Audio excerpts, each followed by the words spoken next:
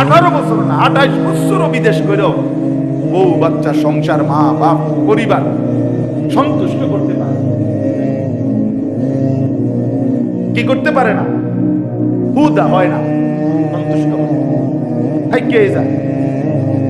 আমি আজকেও বলছি, আমি এক বেটা 4 কোটি টাকা দিয়ে 2 তলা বিল্ডিং করছে, 4 কোটি খরচ করে এই বাংলাদেশে। আমি ওই বিল্ডিং এ গেছি, ওনার দাওয়াত অত্যাধুনিক বাড়ি, আলিশান বাড়ি। ওনার ডেঙ্গু জ্বর হয়েছিল, মুদিতাম গেছিলাম, ওনার বেড়ায় আমার আবদার করে নিছিল, দোয়া করতাম। 4 কোটি টাকা খরচ করে বাড়িটা করছে। গিয়ে দেখি বাথরুমে, আমি গেছি এটার ভিতরে, বাথরুমে গিয়ে দেখি সিটকারির যে দরজার কড়াটা, সিটকারিটা এটা যে বল্টুটার মধ্যে লাগায়, বুঝেন নাই? সিটকারি বুঝছেন তো? সিটকারিটা যেটা ছোট যেটার মধ্যে লাগায় আর কি, সিটকারিটা বল্টুটা এইটা নাই। এখন আমি বাথরুমের দরজাটা কেমন লাগাইলাম বন্যা। পরে বালতি ছিল, এটার ভিতরে একটা বালতির মধ্যে অর্ধেক পানি নিয়ে পরে বাইরে কইলাম, ভাই 4 কোটি টাকার বাড়ি তো বলতো নাই, এর নাম দুনিয়া। মানে দুনিয়া থেকেই যায়। দুনিয়া কি হয়ে যায়? দুনিয়া পূরণ হয় না বাবা, দুনিয়া রাক্ষস। এই পরিবার, এই সন্তান পরিবার বসত রাক্ষস, তারা জীবনও তৃপ্ত। আপনি মরার পরেও আপনার পরিবার উপার্জন বন্ধ করে দিবে। কথা বলেন না কেন? কামাই রোজগারি করা ওরা ছেড়ে দিবে? তাইলে প্রয়োজন তো থেকেই গেল। আপনি কি শেষ করলেন? তাই যদি এমন হইতো, আমি বুঝাইয়া দিয়ে গেছি, কমপক্ষে আমার জীবন আর পরবর্তী 200 বছর আর কি করতে হবে না। কই একদিনও তো উপার্জন থামে না। আল্লাহ আমাদেরকে বুঝ দান করেন।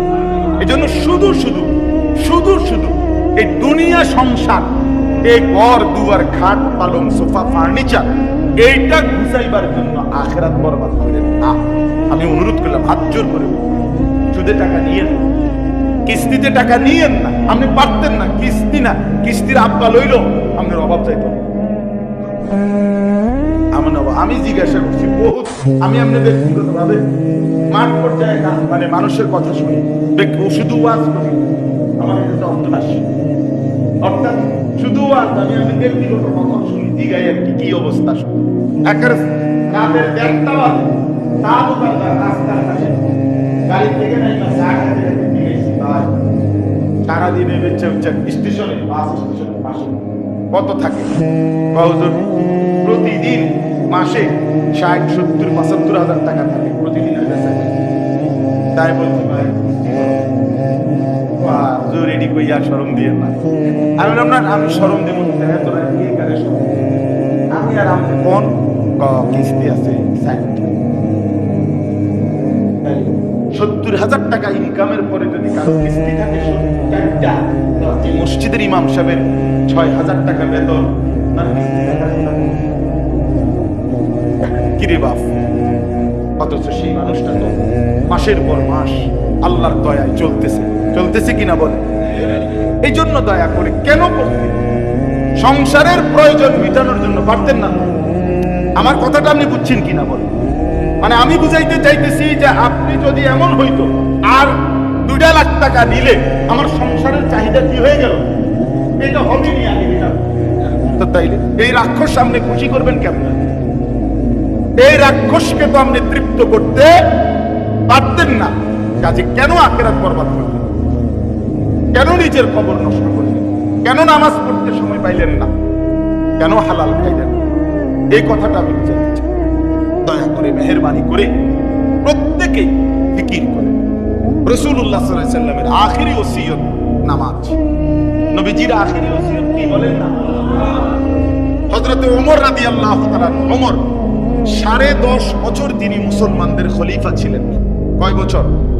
এই 10.5 বছর পরে উনি এই 10.5 বছর মসজিদে নববীতে উনি ইমামতি করতেন।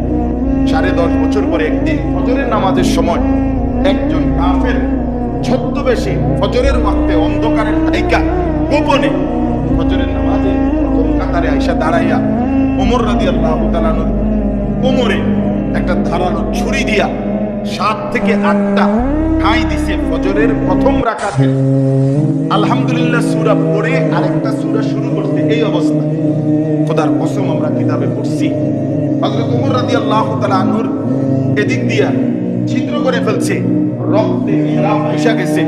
এই অবস্থায়ও হযরত ওমর পিছন থেকে হযরত আব্দুর রহমান ইবনে আউফ, নবীজির সাহাবী আব্দুর রহমান, এই উনারে টান দিয়া ইমামের জায়গায় এই না নিজের শরীরা আগে বলছে আব্দুর রহমান আগে ফজরের নামাজ শেষ করো।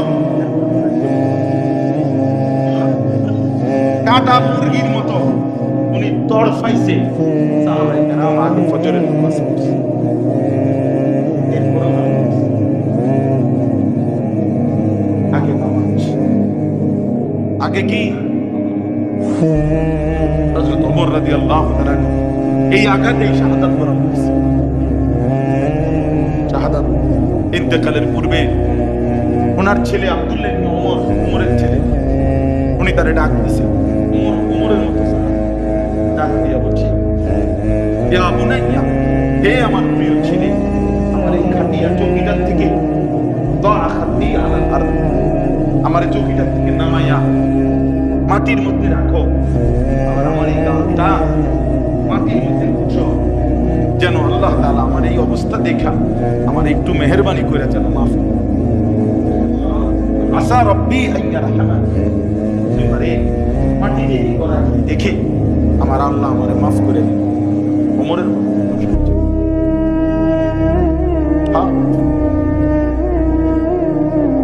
এজন্য কেন নামাজ পড়বেন? কেন?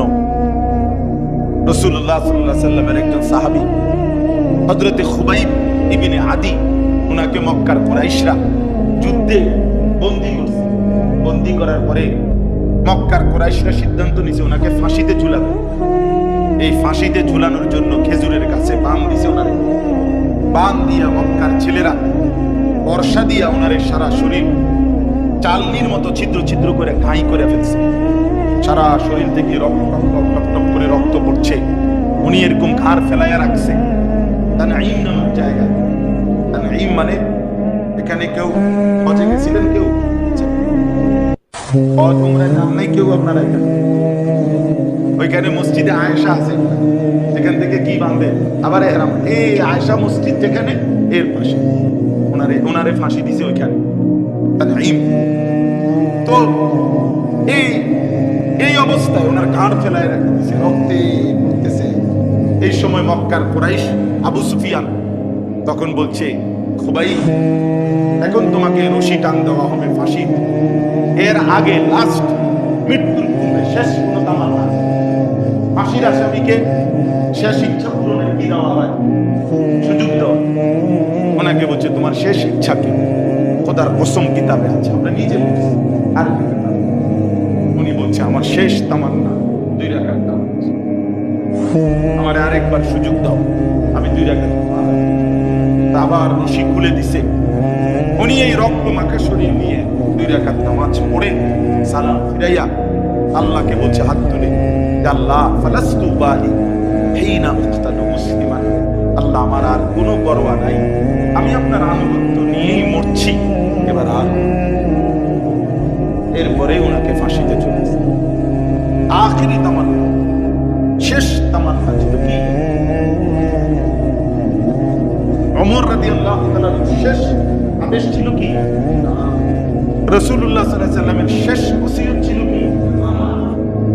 ইমামে হুসাইন রাদিয়াল্লাহু তাআলা আনহু এই মুহররম 10 মুহররম কারবালার দিন তিনি যেদিন শাহাদাত বরণ করছেন, কসম আল্লাহর শেষ ওনার একান্তর আহলে বাইত যখন শহীদ হয়ে গেছে, উনি একা ময়দানে একা দাঁড়াইয়া লাস্ট যুদ্ধকালে জোহরের ওয়াক্ত হয়েছে, তখন উনি ওই পাশে দুশমনদেরকে বলছে আমারে জোহরের নামাজ আদায় করতে দাও। এরপরে আবার যুদ্ধ। তো শিমার জিল জৌশন, শিমার যারে আপনারা শুনছেন নাম, সে বলছে ওই পাশ থেকে হুসাইন তোমার জোহরের নামাজ পড়তে দেয়া হবে না, তার আগেই তোমার গর্দান তোমার দেহ থেকে আলাদা করে ফেলা হবে। কসম আল্লাহ। ইমাম হুসাইন সাথে সাথে বলছে শিমার তোর যা মন চায় তুই তাই কর, আমি নিয়ত বাঁধলাম। আল্লাহু আকবার। আকবার।